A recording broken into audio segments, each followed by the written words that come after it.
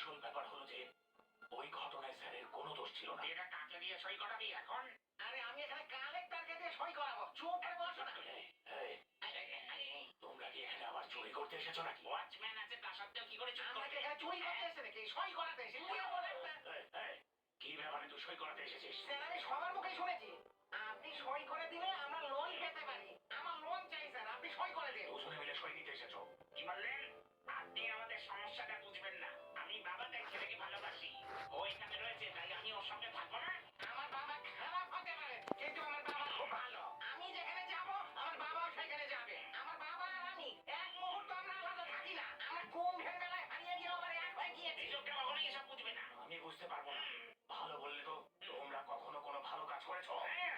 আরে সেইটাই তো করতে চাইছিলাম। তার জন্য লোনের দরকার ছিল। আপনি তো বুঝতেই পারছেন। আপনি যদি এখন সই করে দেন আমি তাহলে লোনটা পেয়ে যাব। তারপরে আমি আর আমার বাবা দুজনে মিলে চুরি বন্ধ করে দিয়ে আমরা ব্যবসা করব। যদি আপনি সই না করেন লোন পাবো না। লোন না পেলে ব্যবসা করতে কি করে? আরে শুধু তাই নয়, আমরা তো কিছুই করতে পারি না। তা সত্ত্বেও পুলিশ স্টেশনে আমাদেরকে ধরে নিয়ে চলে যায়। পুলিশ স্টেশনে আমার খুব ভয় লাগে। পুলিশ আমাদেরকে ধরে খুব মারে। এখনো পেছনটা ব্যথা করছে। উড়ি বাবারি। তারপরে দিন সকালে পটি করতে গিয়ে অসুবিধা হয়ে যাবেন, সেটা বুঝবেন না। হ্যাঁ বাবা। আপনাদের লোন চাইতো, তাহলে লোন পাওয়ার জন্য সমস্ত কাগজ চাই। তারপরে এক মুহূর্তে পেয়ে যাবেন। আচ্ছা, তোমার হাতে ওটা কি কাগজ? এই নাও কাগজ।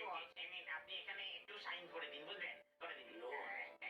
সে তো না হয় বুঝলাম, কিন্তু তোমরা এখানে এভাবে বসেছিলে। এখানে তো বসেছিল, তাই না? আচ্ছা আচ্ছা, এই ব্যাপারটা না হয় আমি দেখে নেব। এটার মধ্যে সইটাও আমি করে দেবো, কিন্তু তার আগে তোমাদের চুরি ছাড়তে হবে। আগে আমি এটা দেখবো, তারপর মহেন্দ্র ব্যাংকের লোনের পারমিশন পাবো। তাহলে এবার এটাকেও চুরি করতে হবে। আরে এটা পারমিশন। চুরি করা যায় না। ক্ষমা করবেন আপনি। নিয়ে যাবেন এবং ক্ষমা করে দেন। এই ছেড়ে দাও, ওনার কাছে ক্ষমা চাও। আমার এখনো ফোন আসছিল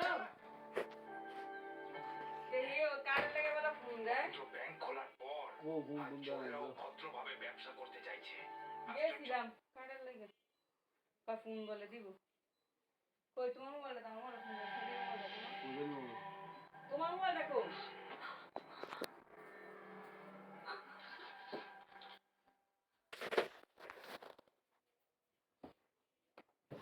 কি লুকোচ্ছ ওটা?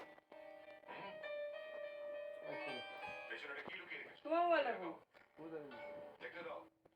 কি হলো? আমার দেখো মোবাইল বদ্ধ গা আমি জানি সম্মানীয় পুলিশ আধিকারিক, আমার মৃত্যুর জন্য কেউ দায়ী নয়। আমার আত্মহত্যা একান্তই আমার নিজের সিদ্ধান্ত। এর বলে জন্য ভাইছি মহেন্দ্র বাবুকে মোবাইল ভাইছি কোনোভাবেই যেন দায়ী না করা হয়।